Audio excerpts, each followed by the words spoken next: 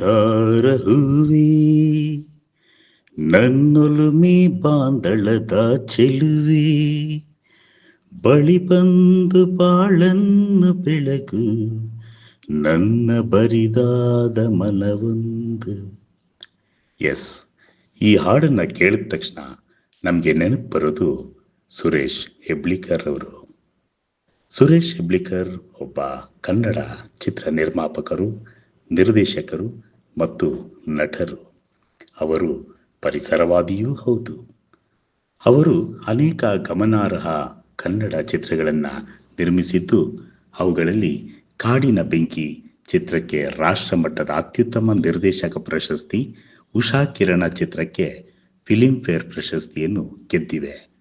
ಭಾವುಕ ಪ್ರಣಯ ಚಿತ್ರಿತವಾಗಿರುವ ಅಸಾಮಾನ್ಯ ಕಥಾಹಂದರವನ್ನು ಅವರ ಚಿತ್ರಗಳು ಹೊಂದಿರುತ್ತವೆ.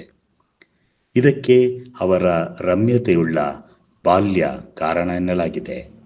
ಅವರ ಚಿತ್ರಕಥೆಗಳಲ್ಲಿ ಮನೋವಿಕಾರ ಸಮಸ್ಯೆಗಳು ಮತ್ತು ವೈಜ್ಞಾನಿಕ ಮನೋಭಾವ ಎದ್ದು ಕಾಣುತ್ತಿದ್ದು, ಅದಕ್ಕೆ ಮನೋವಿಶ್ಲೇಷಕರೂ ನಿರ್ಮಾಪಕರೂ ಆದ ಡಾಕ್ಟರ್ ಅಶೋಕ್ ಪೈ ಅವರೊಂದಿಗಿನ ತಮ್ಮ ಸಹವಾಸ ಕಾರಣ ಎಂದು ಹೆಬ್ಳಿಕರ್ ವಿನಯದಿಂದ ಹೇಳುತ್ತಾರೆ.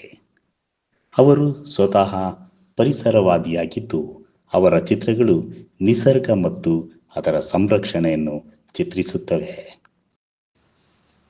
ಅವರಿಗೆ ತಮ್ಮ ಆಘಾತ ಚಿತ್ರಕ್ಕೆ ರಾಜ್ಯ ಪ್ರಶಸ್ತಿಯನ್ನು, ಕಾಡಿನ ಬೆಂಕಿ ಚಿತ್ರಕ್ಕೆ ರಾಷ್ಟ್ರ ಮತ್ತು ರಾಜ್ಯ ಪ್ರಶಸ್ತಿಯನ್ನು, ಶೆಫರ್ಡ್ಸ್ ಆನ್ ದ ಮೂವ್ ಚಿತ್ರಕ್ಕೆ ಪ್ರತಿಷ್ಠಿತ ಓ ಸಿರೀಸ್ ಪ್ರಶಸ್ತಿಯನ್ನು ಗಳಿಸಿದ್ದಾರೆ.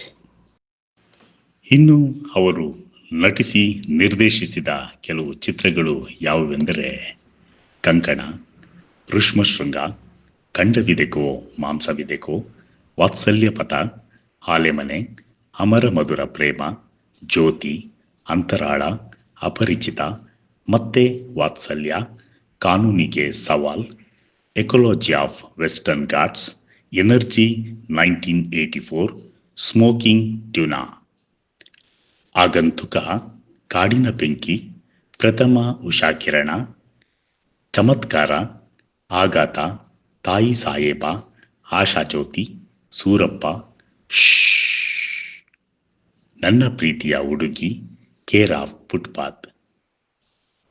ಒಂದು ತಮಿಳು ಚಿತ್ರ ಕೂಡ, ನೆಡು ವೀರಪ್ಪುಗಳ್ ಅನ್ನೋ ಚಿತ್ರಗಳನ್ನು ಕೂಡ ನಿರ್ದೇಶಿಸಿ ನಟಿಸಿದ್ದಾರೆ.